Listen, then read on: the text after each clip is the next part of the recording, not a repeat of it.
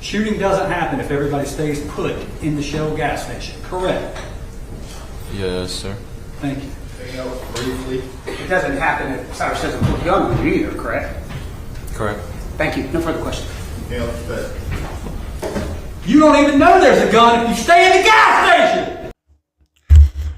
Yo, what's the word around the town, family? It's your humble host, KD, and I'm back with another episode of Around the Town News. So before we get to this topic, because we only got one, you know what I'm saying? This is something important. I'm going to need y'all to do a little favor for me. Hit the like button, hit the subscribe button, hit the notification bell so when I drop these videos, y'all be notified. Other than that, roll up your bleezies, get you something nice to drink, sit back, relax, and enjoy the show.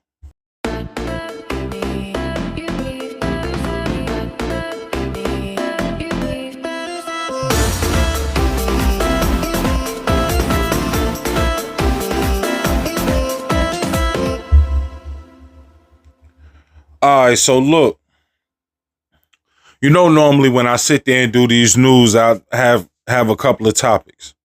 Today, we just got one topic. We talking about this, what's the young man name? Cyrus Carmack Belton situation. So if y'all don't know, recently in South Carolina, there was a trigger warning. There was a murder trial taking place to where a 14-year-old black gentleman by the name of Cyrus was tragically gunned down by the owner of a Shell gas station.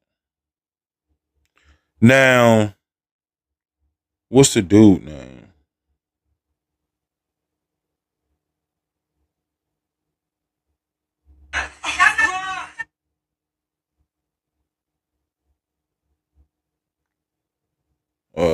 I think his name is Chow or something like that.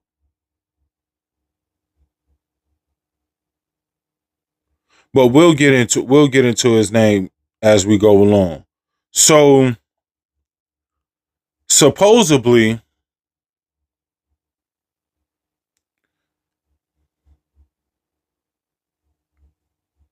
the young black man came into the store with a book bag on. Now, this is a family-owned gas station owned by the mother, the father, and the son works there.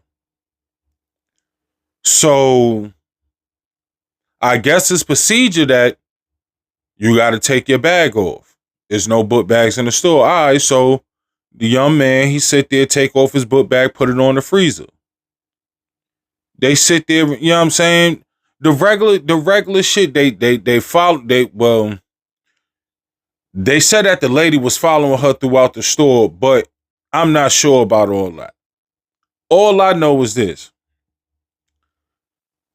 They kept their eyes on that young man, thinking that he was stealing.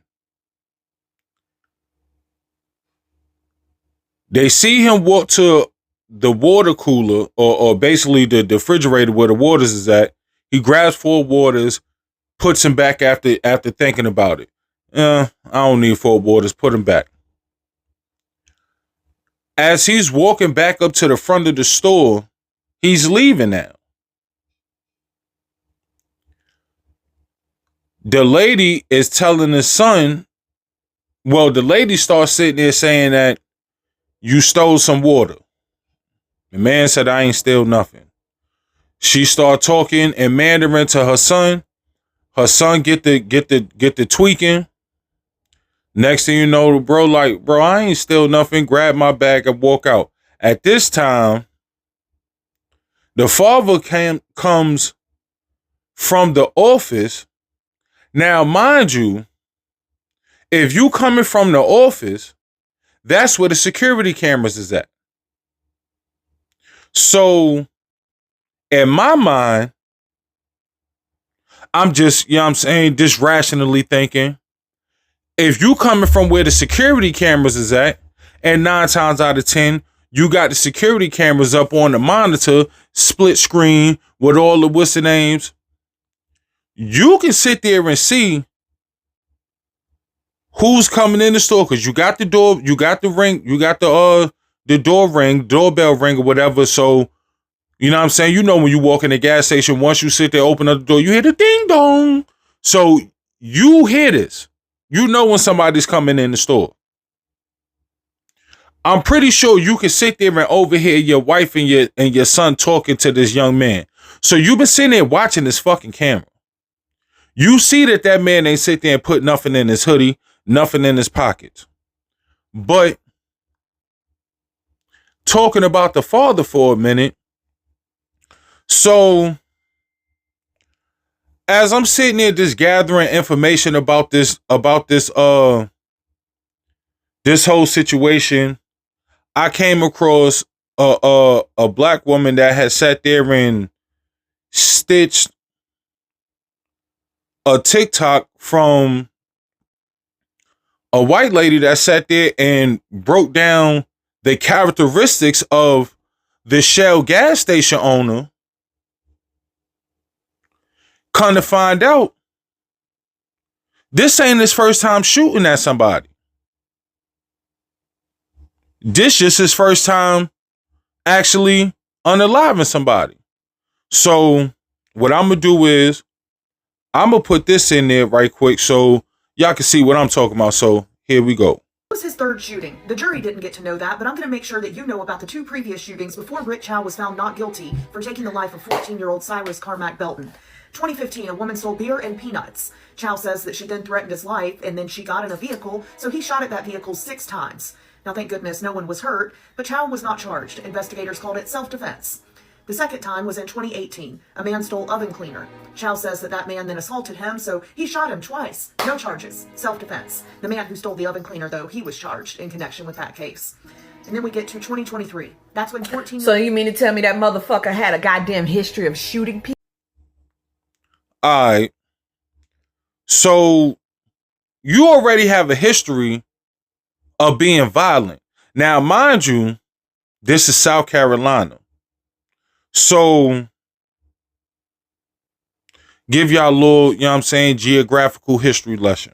Well, not even history lesson, basically, but geographical lesson. If I'm not mistaken,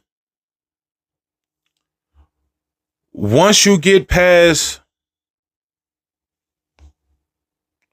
Jersey going into Maryland, except for like the DC area, but outside of Maryland and the rural areas and stuff like that, going down into the South, the gun laws are different.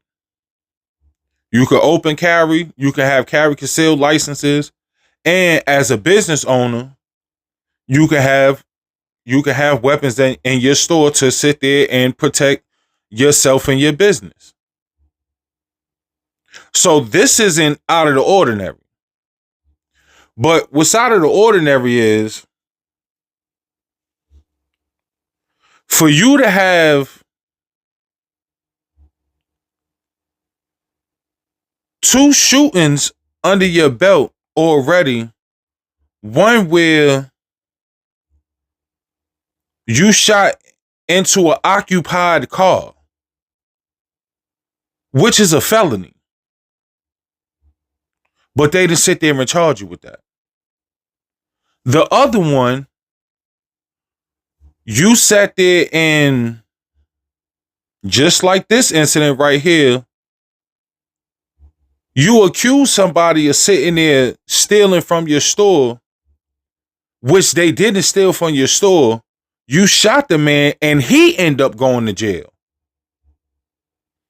Not the store owner. The man that got shot ended up going to jail. He survived, he ain't died, but he ended up going to jail. And he never stole nothing. So it's 2 things that's going on right here. You have a history of being a violent individual, and The police in your area is working with you. So boom. Now we get to this situation. So the woman is accusing this young man of sitting there stealing a dollar bottle of water, 4 quarters, 10 dimes, a dollar bottle of water, 100 pennies.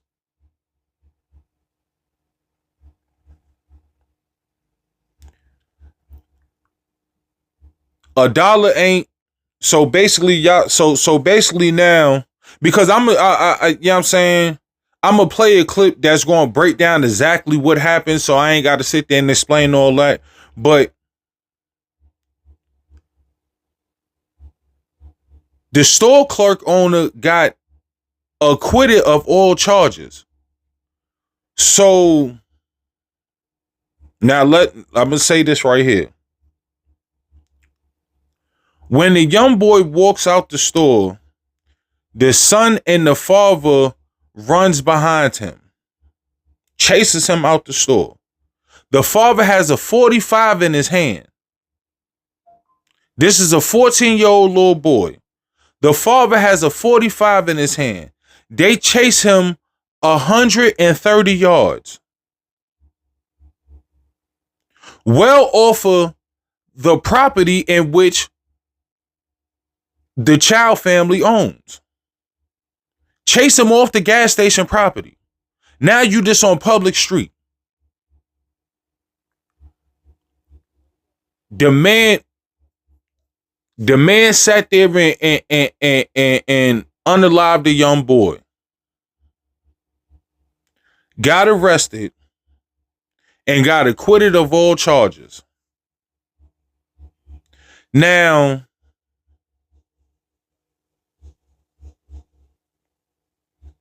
the son tries to say that the boy had a gun that was pointing at him. And that's why the father shot him. Okay. So, I'm going to play this clip right here. And y'all tell me. Here you go. Shooting doesn't happen if everybody stays put in the Shell gas station. Correct. Yes, sir. Thank you. Briefly. It doesn't happen if Cyrus doesn't put a gun on you either, correct? Correct. Thank you. No further questions. You don't even know there's a gun if you stay in the gas station. That's Right? Your Honor.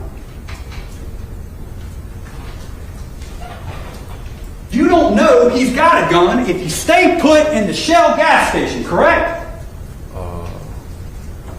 Yes, sir. I'm correct. Yes, sir. Thank you.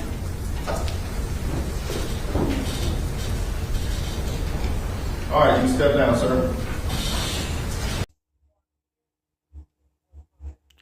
All right, so what y'all just seen was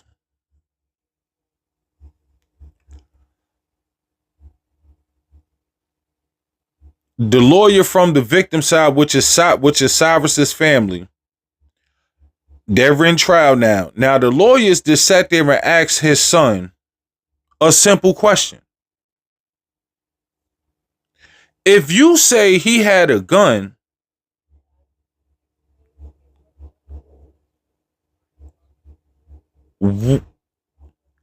would you have known if he had a gun if y'all had chased him out that store and off of y'all property?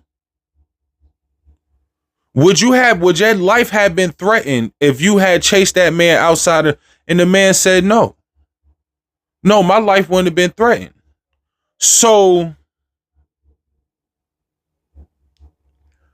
you put your life in danger by sitting there chasing behind somebody over a dollar water that you presumed that he stole, but the man never stole nothing.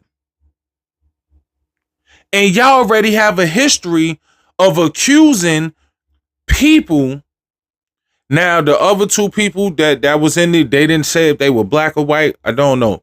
But I have a very strong suspicion that they were black.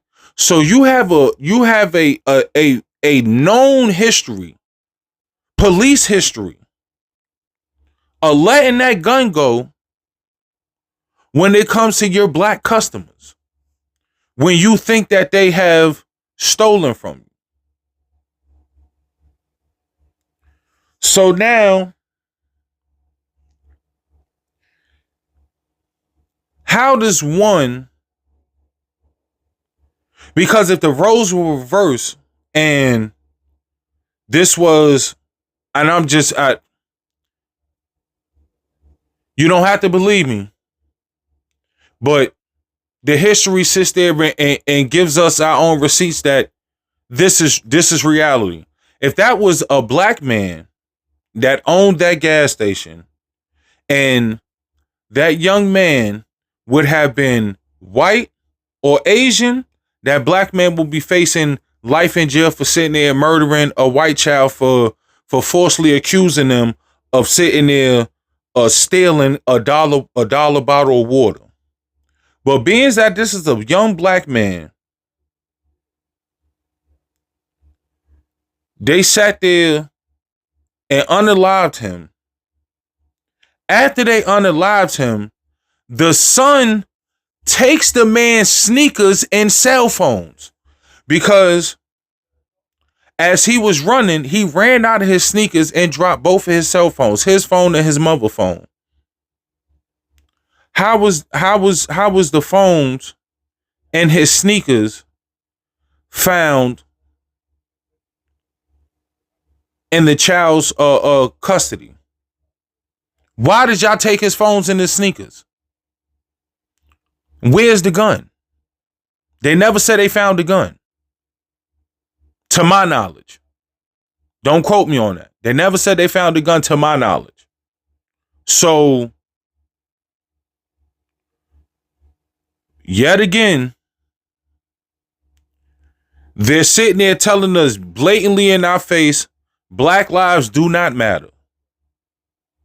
We don't care about black people, especially other minorities that come to this country and take the rhetoric of racist white folks. So they taking this racist white folk ideology and just this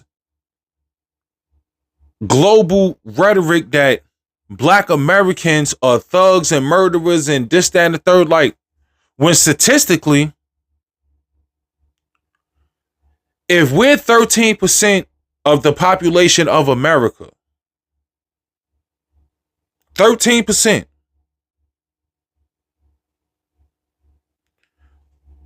how the fuck do we sit there and create all of the crimes in America?